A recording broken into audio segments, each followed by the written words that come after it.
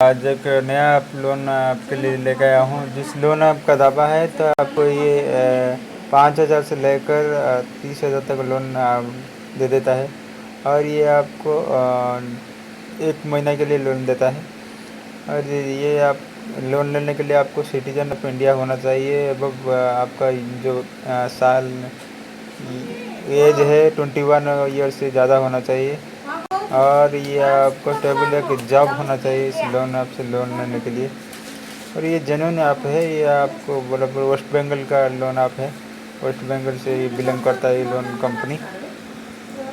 अब देखिए इसका रेटिंग भी आया है, अच्छा रेटिंग भी मिला है। 2.9 इसका रेटिंग है। थोड़ा न्यू ऐप है इसलिए थोड़ा रेटिंग कम मिला है, लेकिन लोन भी अच्छा खासा लोन जो लिए हैं वो बोल रहे हैं कि ये अच्छा खासा लोन ऐप है। आप इधर से जाके लोन ऐप ले। अच्छा already worried about borrowing my from rupee most company का है। ये 5,000 का लोन पहले देता है। इसके बाद आपको बढ़ते जाएगा, जितना भी आप लोन चुकाते जाएंगे आपको लोन अमाउंट बढ़ेगा। डाउनलोड लिंक आपको डिस्क्रिप्शन में दे दूँगा, आप जाके डाउनलोड कर लीजिए।